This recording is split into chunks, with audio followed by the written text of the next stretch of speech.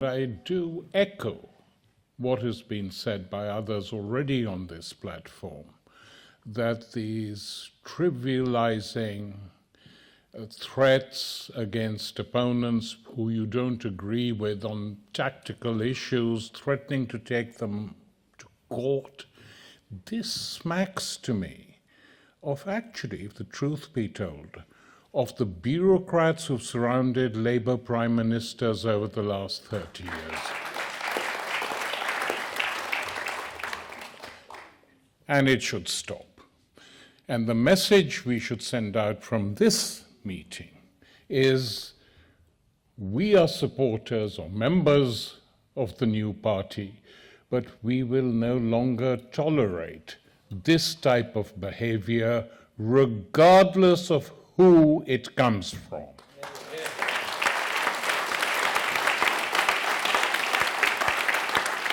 There are ways to debate and discuss, and I'm very proud to say, as a member of the editorial committee of Verso Books, that we've published a book in which we show that it's perfectly possible to have a decent debate, a discussion in which disagreements are expressed.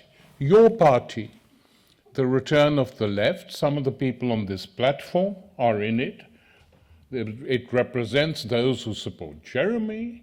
It represents, Zarah is in the book herself, as is Andrew and others. Because what is a political party in which no discussion and debate can be allowed? It's not a party. It's a corpse. And we've had enough examples of corpses on the British left.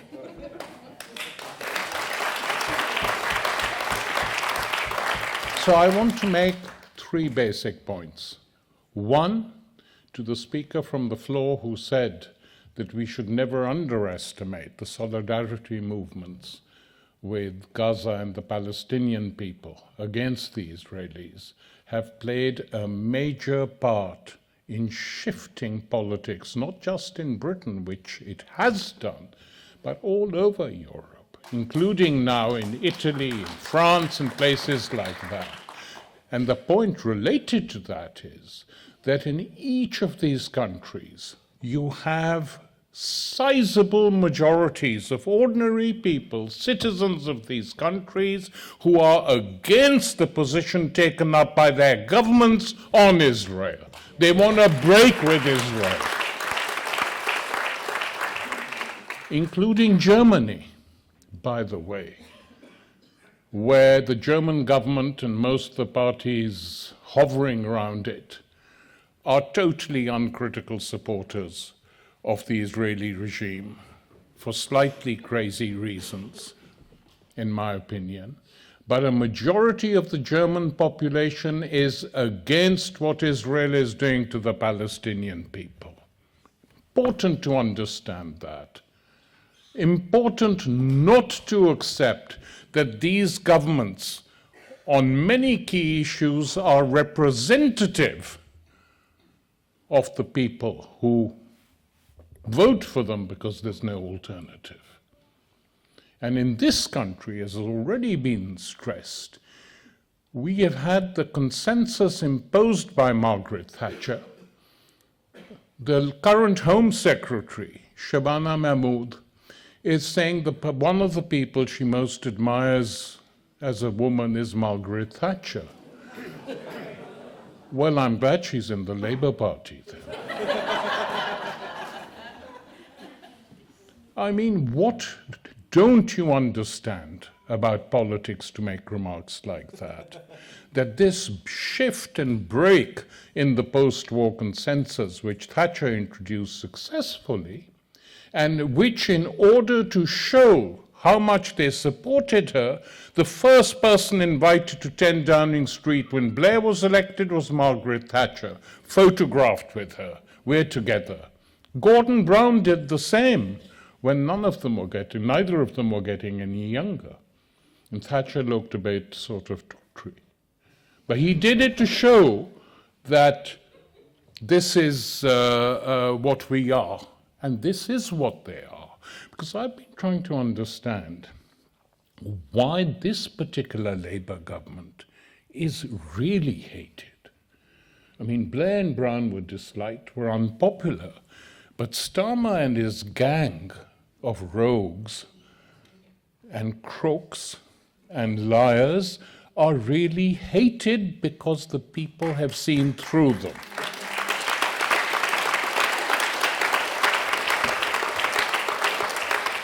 You know, they thought they'd get away with it again. Blair won a huge majority, silenced everyone.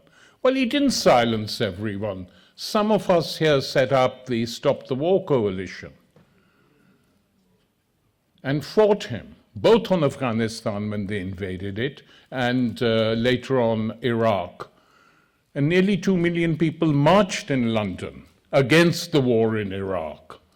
But of course, the mainstream media, though the mainstream media was better on Iraq, the Daily Mirror came out against it, the Guardian allowed a lot of coverage, the BBC permitted discussion on Iraq till they were banned by a Labour government, by this swine Mandelson, who would ring up the one Director General of the BBC, Greg Dyke, said he would ring us up, saying, why are the audiences in any questions and question time so hostile to the Iraq war?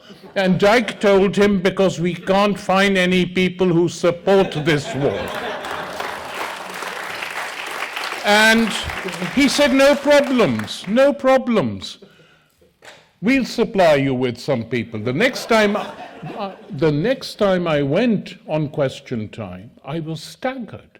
Half the audience was pro the war, and it turned out they'd bought a whole bunch of Kurds, unfortunately. And they were in the audience denouncing Saddam Hussein, which wasn't the question of the time. So that's how they began to maneuver, and Labour is now worse than the Tories were in media domination and media control. So that's the first thing we have to understand about the hatred for this government, its links to what they've done to the media, and why people are seeing through them. They thought they'd get away with it like Blair did. Well, they can't, because they lied. And Andrew was absolutely right. They are liars. And they thought they'd take the people in because they'd won a large majority, and that isn't happening. I have to tell you honestly, that when I heard the results from Caerphilly in Wales, I stood up and cheered on my own. It was absolutely a tremendous victory for us. Just two brief points, and they will be brief. Tony Benn, the late Tony Benn, who did so much to build the left, inside and outside the Labour Party, always used to argue that Parliament on its own is interesting, but unless the system is democratized, we will not get too far. And unfortunately, Tony didn't talk about proportional representation, but we should. Well, what he did talk about was two key things: the abolition of the House of Lords, which he said should be a central plank of any left party. And the second thing he argued for was the abolition of the monarchy.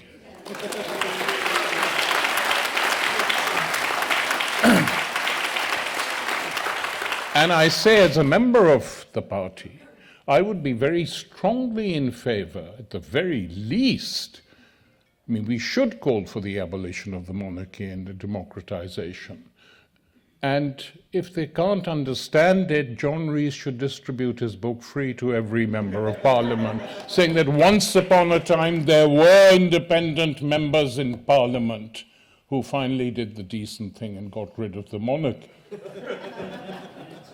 So there is this tradition in our country. And of course there'll have to be a referendum, which we'll fight to get rid of them, because it will politicize people. Now, the fact that the monarchy appears to be, including this dreaded Andrew, who they've got rid of, that Andrew is more popular than Starmer? I mean, what does that say? Preferring a royal pedophile to the great elected Labour leader and Prime Minister of Britain. What does that say? So I think it is extremely important that we take up these democratic issues, and they are part of a plank. My idea for I agree very much with what Andrew Feinstein has said. It should be a very democratic party at its base. It should be linked to movements, despite all disagreements on other issues. We can be united. I mean, it took me a long time to convince lots of people in the Palestine movement, years and years, that a two-state solution wasn't on the cards at all. They weren't going to do it. And at that time, people used to object and protest. But it's now true. No one but no one, including these jokers gathered at Sharm el-Sheikh in Egypt, believe in a two-state solution. It can't be done. So we need a party that accommodates differences on many, many issues, but is united on 10 basic issues, I would say. A 10-point charter to take the party forward and to target strategically, tactically, 25 key figures in this Labour government. And I hope very much, being registered to vote here, that we will start with Andrew in Camden.